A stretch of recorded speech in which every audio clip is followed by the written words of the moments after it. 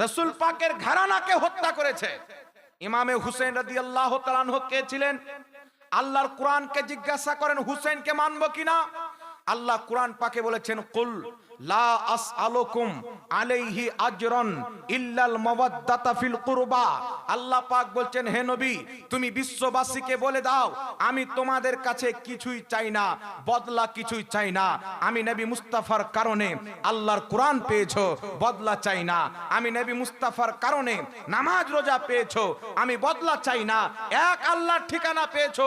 মনে করো তোমাদের পূর্বপুরুষ জামানায় জাহিলিয়াতে পাথরের পূজা করত, মূর্তির পূজা করত, চন্দ্রের পূজা করত, সূর্যের পূজা করত। আমি নবী মুস্তাফা দুনিয়ার পূজা থেকে তোমাদেরকে রক্ষা করে তোমাদের খালিক আল্লাহর পূজারি বানিয়েছে, এক আল্লাহর ঠিকানা দিয়েছে, এত কিছু আমি দিয়েছি, এর বদলা আমি কিছু চাই না। মনে করো জিদ্দের ময়দানে আমি মুস্তাফার দান্দানে মুবারক শহীদ করিয়ে রক্ত বের করা হয়েছে, এর বদলা কিছু চাই না। তয়েফের মাটিতে আমাকে রক্তে রক্তিত করা হয়েছে, আমি তার বদলা চাই না। মক্কা ছেড়ে আমি মদিনা গিয়েছি, রাস্তাতে চলতে চলতে আমার পায়ে আঘাত পেয়েছি, আমি কত কষ্ট করে তোমাদের পর্যন্ত ইসলাম ঈমানকে পৌঁছে দিয়েছি, এর বদলা কিছুই চাই না ইল্লাল মাওয়াদ্দাতা ফিল কুরবা।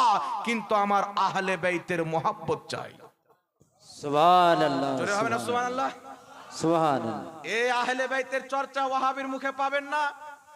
এই আহলে বাইতের চর্চা ইয়াজিদি দেওবন্দির মুখে পাবেন না। কারণ এরা হুসেনের চর্চা করবে না, কারণ হুসেনের যদি চর্চা হয় তো ইয়াজিদের অটোমেটিক বুড়াই হবে। আর তারা ইয়াজিদকে নিজের আব্বা মনে করে। কি মনে করে? ওই যে কারবালার ময়দানে ইয়াজিদের কোনো ভুল ছিল না, হুসেন কারবালায় গেল কেন যে শহীদ হলো, এই কথা কোনোদিন আপনারা শুনেছেন? এর পূর্বে কোনোদিন শুনেছেন? এই জামানাতে শুনছেন, পূর্বে কোনোদিন শুনেছেন? কিছু মৌলবি ইয়াজিদকে ডিফেন্ড করার জন্য ময়দানে নেমে পড়েছে। যে আমি আপনি যুগ যুগ থেকে যেটা ইয়াজিদের ব্যাপারে শুনে আসছি, ইয়াজিদ সে ছিল না। কে ছিল? উনি একজন ইসলামিক শাসন ছিল। আর কি বলছে? বলছে ইয়াজিদ বিন মুআবিয়া রাদিয়াল্লাহু তাআলা আনহু, মানে হযরতে মুআবিয়ার বেটা ইয়াজিদের প্রতি আল্লাহ রাজি আছে। বলে নাউজুবিল্লাহ।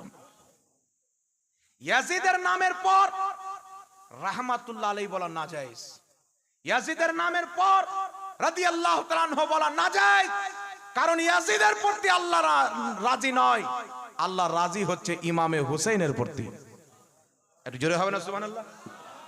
এই জন্য পৃথিবীর মুসলমান দেওবন্দীদের কিতাব পড়েন, ফাতাওয়া রশিদিয়া, আহলে হাদিসদের কিতাব পড়েন, এরা পরিষ্কার বলে দিয়েছে যে মুহররমুল হারামের মেহিনাতে ইমামে হুসেন বা নবীর আহলে বাইতের নামের মাহফিল করে যদিও সহি সনদে ইমাম হুসেনের ফজিলত কারবালার ঘটনা বর্ণনা করা, তারা বলছেন নাজায়েজ এবং হারাম।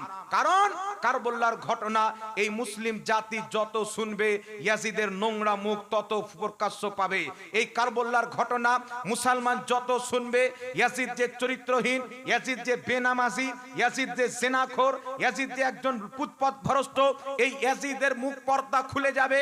আর ইয়াজিদকে বাঁচাতে তারা চায়। কিন্তু আলহামদুলিল্লাহ ইমামে হুসেনের মাননেওয়ালা কিয়ামতের সকাল পর্যন্ত মুসলমানকে বলবে, মুসলমান দুনিয়াতে অনেক কেউ মানুষকে হত্যা করেছে, কিন্তু ইয়াজিদ এত বড় জালিম ছিল যে নবী পাকের নামাসা, যেই নবীর ওসিলাতে উম্মত হাউজে কাউসার পেয়েছে, যেই নবীর ওসিলাতে উম্মত আবে জামজাম পেয়েছে, যেই নবীর ওসিলাতে আমরাকে আল্লাহ দানা পানি দান করেছেন, সেই হুসেনের জন্য ইয়াজিদ 3 দিন পর্যন্ত পানিও বন্ধ রেখেছে এবং খাবারও বন্ধ রেখেছে।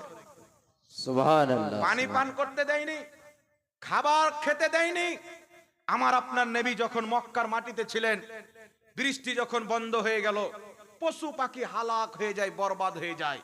সাহাবী নবীর দরবারে গেলেন, মসজিদ আছেন, নবী পাক হুজুর বৃষ্টির জন্য মানুষ হালাক হচ্ছে, একটু দোয়া করে দেন। আমার নবী সবাইকে বললেন হাত তুলো, সবাই মিলে হাত তুললেন, বুখারীর হাদিস। দোয়া করলেন আল্লাহ নবী বৃষ্টির জন্য, বৃষ্টি আরম্ভ হয়ে গেল।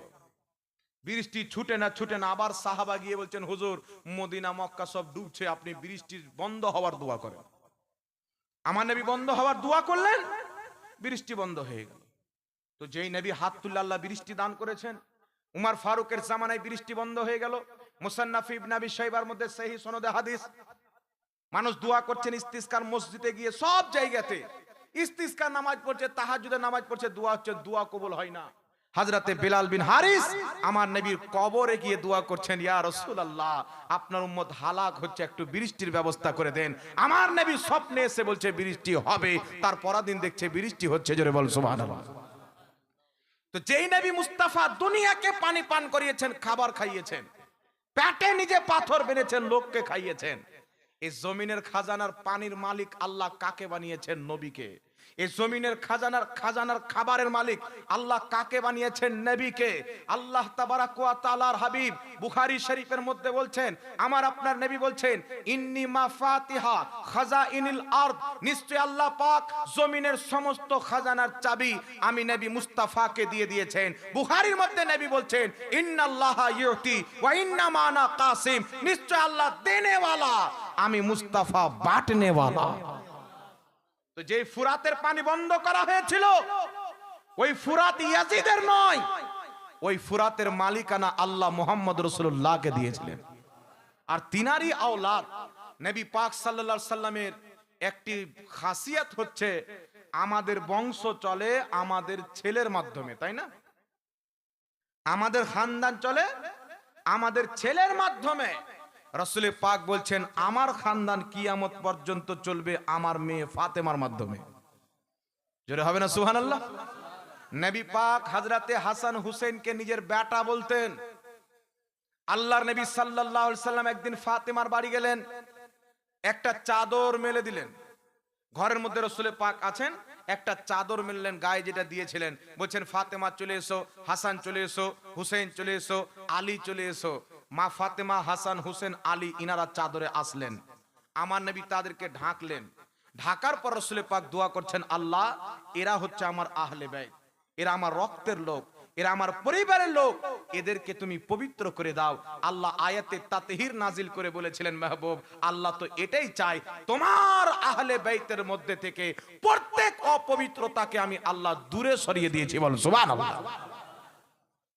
দূরে সরিয়ে দেওয়ার কারণে মা ফাতেমা রাদিয়াল্লাহু তাআলা আনহা ইনি যে নামাজ পড়তেন, আমার মা বোনদের একটা মাসে রক্ত আছে, যেটার কারণে তাদের প্রতি নামাজ মাপ থাকে, রোজার মাসে আসলে রোজা কাজা করতে হয়, নাকি জানেন তো আপনারা?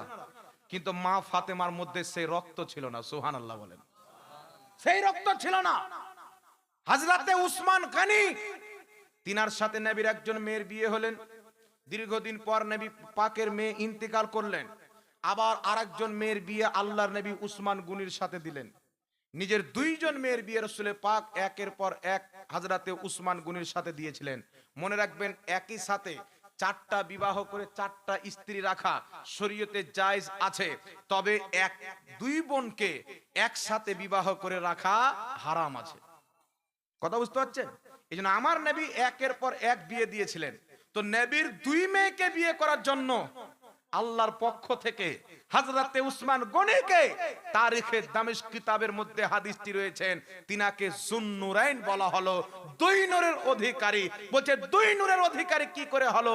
বলছে আমার নবী তো নূর, নবী মুস্তাফার বাড়িতে যে বাচ্চা জন্ম নেয় সেটাও নূরের জন্ম নেয়। আর একটু জোরে হবে না সুবহানাল্লাহ? তো নবীর দুই মেয়েকে বিয়ে করার জন্য উসমান গনি যুন্নুরাইন, দুই নূরের অধিকারী। তো নবীর মেয়ে যদি নূর হয়, যারা নবীকে এখন নূর বলতে অস্বীকার করে, কত রকমের যুক্তি দিয়ে কৌশল দিয়ে নবীকে মাটি প্রমাণ করতে চায়। একজন বলছেন রাসূল খাওয়া দাওয়া করতেন, আমি বললাম আল্লাহ চেয়েছেন নূরকে খাওয়া দাওয়া করিয়েছেন। একজন বলছে রাসূলের রক্ত বেরিয়েছেন, আমি বললাম আল্লাহ পাকের কুদরত, আল্লাহ চেয়েছেন নবী নূর, তবে নবীর নূরের মাধ্যমে রক্ত বের করিয়েছেন। আল্লাহ তাবারাক ওয়া তাআলা চেয়েছেন নবীকে আওলাদ দিয়েছেন। আমার আল্লাহ, আরে নূর তো নূর, আল্লাহ যদি চায় আসমান থেকে বৃষ্টি না বর্ষণ করে শুধু সন্তান বর্ষণ করতে পারে, পারে না? একটু জোরে বলেন, পারে না? আল্লাহ পাকের কুদরত, নলেজ খাটিয়ে কি বলছো? আল্লাহ কুরআন পাকে নবীকে নূর বলেছেন, নবী বলছেন আল্লাহ পাক সর্বপ্রথম আমার নূর তৈরি করেছেন। এখানে মুস্তাফার কথা চলবে, কওরির দালালি চলবে না, কওরির যুক্তি চলবে। এবার চলে আসেন পৃথিবীর মুসলমান। আল্লাহ বলছেন নবী তুমি বলো কোনো বদলা চাই না, কিন্তু আমার আহলে বাইতের মহব্বত চাই। তাহলে কোরআন পাক থেকে কি বোঝা গেল? নবীর আহলে বাইতকে মহব্বত করা ফরজে আইন, ঈমানের অংশ। তারপর রাসূল পাক সাল্লাল্লাহু আলাইহি সাল্লাম কি বলছেন? রাসূল পাক বলছেন আল্লাহ আমি হুসেন ও হাসানকে মহব্বত করি, তুমিও তাদেরকে মহব্বত করো। যারা হাসান ও হুসেনকে মহব্বত করবে তুমি তাদেরকেও মহব্বত করো। রাসূল পাক সাল্লাল্লাহু আলাইহি সাল্লাম বলছেন আল হুসেন মিন্নি ওয়া আনা মিনাল হুসেন, আমি হুসেন থেকে, হুসেন আমার থেকে। রাসূল পাক সাল্লাল্লাহু আলাইহি সাল্লাম বলছেন জান্নাত জান্নাত এত খুশি হলো যে ইমামে হাসান ইমামে হুসেনকে জান্নাতের দুলহা বানিয়ে দেওয়া হয়েছে। জান্নাত আনন্দেতে ঝুমছে, আনন্দেতে ঝুমছে। জিজ্ঞাসা করা হলো জান্নাত তুমি ঝুমছো কেন, আনন্দিত কেন? তো জান্নাত বলছে যে আমি হচ্ছি হাসান ও হুসেনের দুলহান, হাসান হুসেনের দুলহান, তাই আমি আনন্দ প্রকাশ করছি, আনন্দে ঝুমছি। এই পৃথিবীর মুসলমান, ইমামে হাসান হুসেনকে আমার নবী কত ভালোবাসতেন, সুবহানাল্লাহ। আল্লাহর নবী মুস্তাফা ইমামে হাসান হুসেনকে কত মোহাব্বত করতেন। নবী আমার সাজদাতে যেতেন, নবীর পিঠে হুসেন চেপে যেতেন, যতক্ষণ না নামতেন নবী সাজদা থেকে মাথা তুলতেন না। আল্লাহর নবী ঘোড়ার মতন হয়ে যেতেন, আর নবী মুস্তাফার পিঠের উপরে ইমামে হুসেন সাওয়ার হয়ে যেতেন। আল্লাহর নবী দুই কাঁধে বসিয়ে রাখতেন, নিজের বগলের মধ্যে রেখে চাদর দিয়ে ঢেকে রাখতেন। একজন সাহাবী বলছেন নবী পাকের দরবারে গেলাম, আল্লাহর নবী চাদর গায়ে দিয়ে আছেন, দরওয়াজা খুললেন তো আমি বুঝতে পারলাম নবীর দুই বগলে দুটা ছেলে আছে, একটার নাম হচ্ছে হুসেন আর একটার নাম হচ্ছে হাসান। কত মহব্বত করতেন। যারা হাসান ও হুসেনকে কষ্ট দেয় রাসূল পাক বলছেন সে আমাকে কষ্ট দেয়। কিন্তু কারবালার ময়দানে পৃথিবীর মুসলমান, ইয়াজিদকে যারা ভালো বলতে চায়, আমি ইয়াজিদের ইতিহাস আপনাকে একটু বলে দিচ্ছি। কিতাবটির নাম হচ্ছে আল বেদায়া ওয়ান নেহায়া। এই কিতাবের মধ্যে ইমাম ইবনে কাসির লিখেছেন। কিতাবটির নাম হচ্ছে তারিখে তাবারি। এই কিতাবের মধ্যে ইমাম তাবারি লিখতেছেন, তারিখে দামিশকের মধ্যে লিপিবদ্ধ রয়েছেন আরো অনেক ঘটনা। তারিখুল কবিরে, তারিখুল খুলপার মধ্যে ইমাম জালালউদ্দিন সিউতি উল্লেখ করেছেন ইয়াজিদের হাতে সাহাবা এবং তাবেঈ বাইত হয়ে মদিনা শরীফ এসে এলান করলেন আমরা ইয়াজিদের বাইতকে ভঙ্গ করছি, কারণ ইয়াজিদকে দেখলাম দামিশকের মাটিতে সে দারু পান করে, নামাজকে ছেড়ে দেয়, 4টা 5টা 10টা করে মহিলা নিয়ে থাকে, কুকুর বান্দরের সাথে খেলাধুলা করে। এই পৃথিবীর মুসলমান, আল বেদায়া ওয়ান নেহার মধ্যে লেখা আছে ইয়াজিদ কাবা ঘরে আগুন লাগিয়েছিল। নবী পাকের মসজিদ, মসজিদে নবী শরীফে উট এবং ঘোড়াকে বেঁধে 3 দিন পর্যন্ত পেশাব পাখানা করিয়েছিল।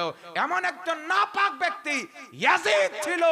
ইমাম মালিক বলছেন ইয়াজিদ কাফির ছিল। দলিল কি পেশ করছেন?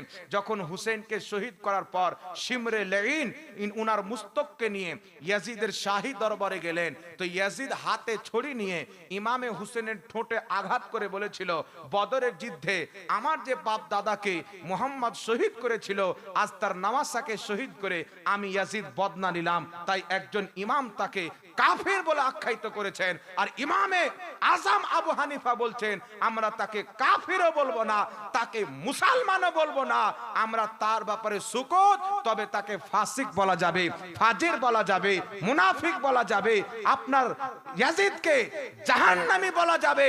কারণ ইয়াজিদ কোনই মতে ভালো লোক ছিল না, সে সাধারণ ব্যক্তিকে নয় জান্নাতের সরদারকে শহীদ করেছে। এখন বর্তমানে কিছু লোক আছে যে ইয়াজিদ দারু পান করতো তার নামের পরে রাদিয়াল্লাহু তাআলা আনহু লাগাচ্ছে, বাংলাদেশের কাজ্জাবিন ইহুদি। এ জিনা করতো এর নামের পরে বলছে রাদিয়াল্লাহু আনহু। আর আমরা যদি বলি আলা হযরত রাদিয়াল্লাহু তাআলা আনহু, তো এর পেটে ব্যথা হয়ে যায়। একজন ওয়াহাবি ফোন করেছেন যে আল্লাহর নবীর সাহাবী ব্যতীত কওরির নামের পর রাদিয়াল্লাহু আনহু বলা যাবে না। মাসলাটা ভালো করে শুনেলেন। তো আমি বললাম দলিল কি? বলছে রাদিয়াল্লাহু তাআলা আনহু এটা একটা সাহাবীদেরকে আল্লাহ পাক কোরআনে বলেছেন তাদের একটা উপাধি। তো আমি বললাম আল্লাহ যখন কোরআন পাকে ইয়া আইয়ুহাল্লাযীনা আমানু বলেছেন, ঈমানদার বলেছেন, তখন তো আমরা ছিলাম না, ওটা তো সাহাবীকে বলেছেন। তো সাহাবীকে রাদিয়াল্লাহু আনহু বলার জন্য যদি পৃথিবীর বড় বড় ওলিকে রাদিয়াল্লাহু আনহু না বলা যায়, তো সাহাবীকে আল্লাহ ঈমানদার বলেছেন, তুমি নিজেকে ঈমানদার নয় আজকে থেকে বেঈমান বলো না, কি বলেন? যখন কোরআন অবতীর্ণ হয় তখন তো সাহাবী ছিল, আমরা কি ছিলাম? তো কিয়ামত পর্যন্ত যারা ঈমান নিয়ে আসবে সকলকে ঈমানদার বলা হবে। কিয়ামত পর্যন্ত যারা আল্লাহকে খুশি করে কবরে যাবে তাদের নামের পরে রাদিয়াল্লাহু তাআলা আনহু বলা জায়েজ হবে। জোরে বল সুবহানাল্লাহ। একটা উদাহরণ আপনাকে আমি দিয়ে দিচ্ছি, একটু লক্ষ্য করে শুনেন। বিশ্ববিখ্যাত ইমাম ইবনে হাজার মক্কি রাহিমাহুল্লাহ, বিশ্ববিখ্যাত ইমাম। মক্কা শরীফে তিনার বাড়ি ছিলেন, অনেক বড় হাই র্যাঙ্কের ইমাম। তিনি নিজের কিতাবের মধ্যে কি লিখেছেন? কিতাবটির নাম হচ্ছে আপনার আল মিনহাজুল কাবিন, পৃষ্ঠা নাম্বার 254। এই কিতাবের মধ্যে তিনি হযরতে ইমাম মালিকের নাম উল্লেখ করে, আবু হানিফার নাম উল্লেখ করে, আহমদ বিন হাম্বলের নাম উল্লেখ করে, চারো মাযহাবের ইমামের নামকে উল্লেখ করার পর ইমাম ইবনে হাজার মক্কি রাদিয়াল্লাহু তাআলা আনহু বলেছেন, সুবহানাল্লাহ বলেন। কি বলেছেন? রাদিয়াল্লাহু তাআলা আনহু বলেছেন, লক্ষ লক্ষ হাদিসের হাফিজ মুহাদ্দিস। শুধু তাই নয়, ইমাম জালালউদ্দিন সিউতি হাদিসের ইমাম, জারহ তাদিলের ইমাম, ফিকহার ইমাম এবং ইশকে রাসূলের ইমাম, যার নাম আলা হযরত যখন লিখেছেন তো লিখেছেন জালালাতুল ইলম। এই ইমাম জালালউদ্দিন সিউতি নিজের কিতাব আল হাবিলিল ফাতাওয়াতে ইমাম শাফির নাম, অন্য অন্য ওলির নাম লিখেছেন, তো তিনাদের নামের পরে রাদিয়াল্লাহু আনহু লিখেছেন, সুবহানাল্লাহ বলেন।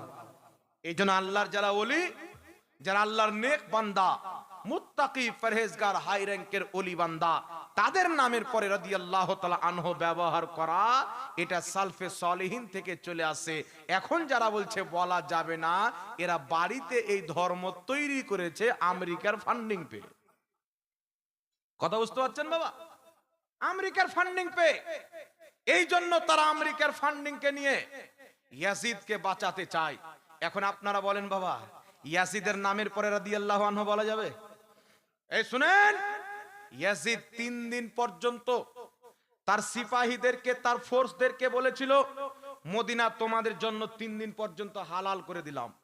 মদিনার মহিলাদের সাথে জিনা করা, মদিনাতে যা খুশি তা করা, মসজিদে নববীর বেহুরমাতি করা, 3 দিন পর্যন্ত ইয়াজিদ বৈধ করে দিয়েছিল। এখন আপনারা বলেন, ইমামে হুসেনকে শহীদ করার পর ইয়াজিদ হযরতে রাসূল পাকের খানদানের মহিলা হযরতে যায়েনাবের মাথার চাদরকে টেনে তিনার মাথাকে উলঙ্গ করেছিল।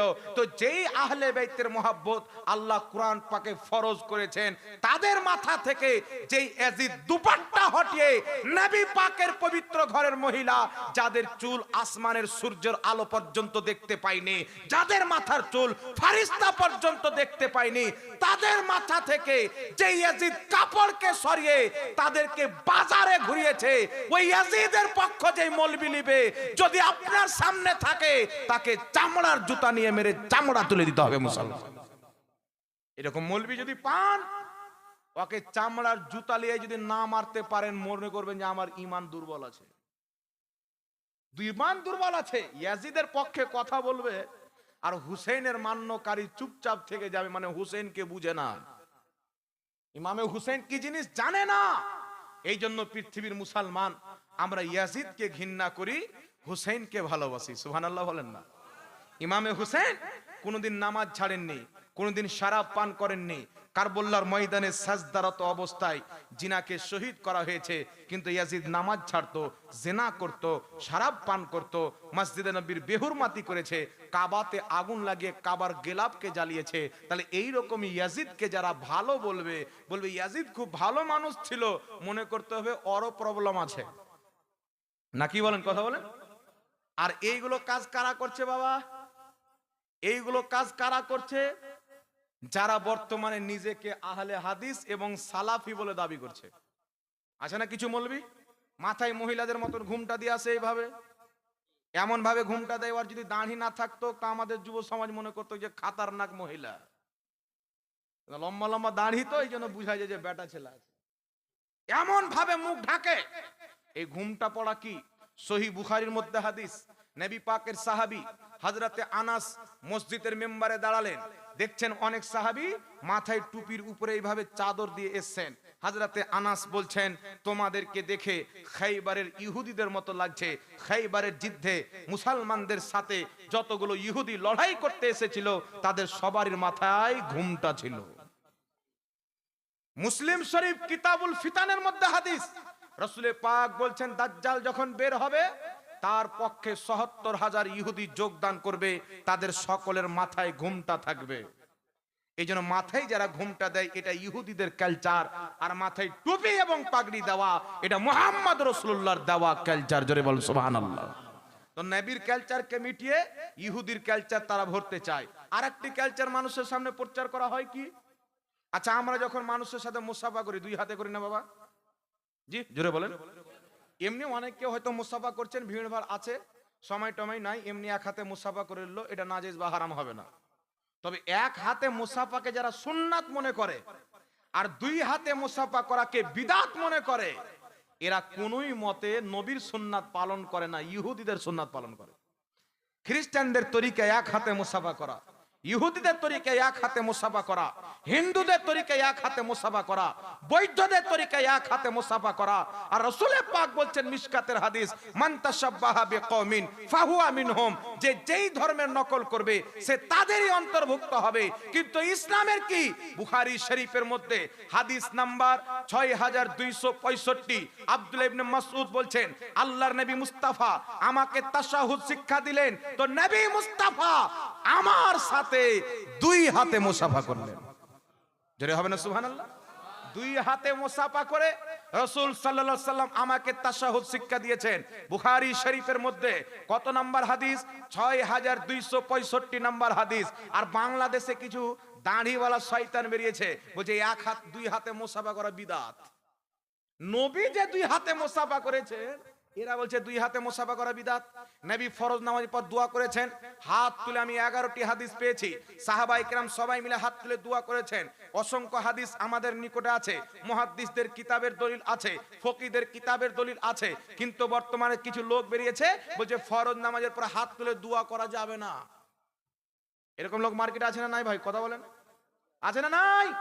কিয়ামতের সকাল পর্যন্ত কোন মৌলবি ফরজ নামাজের পরে হাত তুলে দোয়া করাকে বিদআত যদি প্রমাণ করতে পারে, আমি তার সারা জিন্দেগি গোলামি করতে প্রস্তুত আছি, তাকে মুহ মাঙ্গা ইনাম দেওয়া হবে।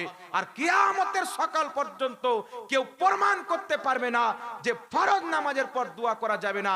আলহামদুলিল্লাহ, আমরা সুন্নি নিজেকে কেন বলি? নবীর সুন্নাতে চলনেওয়ালা আল্লাহর নবী ফরজ নামাজের পর হাত তুলে দোয়া করেছেন, করতে বলেছেন। এই মর্মে আমার মতন ছোটখাটো মৌলবি 11টি হাদিস পেয়েছে। জোরে বলতে হবে সুবহানাল্লাহ। কটা হাদিস বাবা? 11টি হাদিস। মাত্র 2টি হাদিস আপনাকে বলে দিই। মুজামুল কাবির তাবরানির মধ্যে হাদিস ইমাম হাইসামি মাজমাউজ জাওয়াইদে উল্লেখ করে সহিহ বলেছেন। কি সহিহ বলেছেন?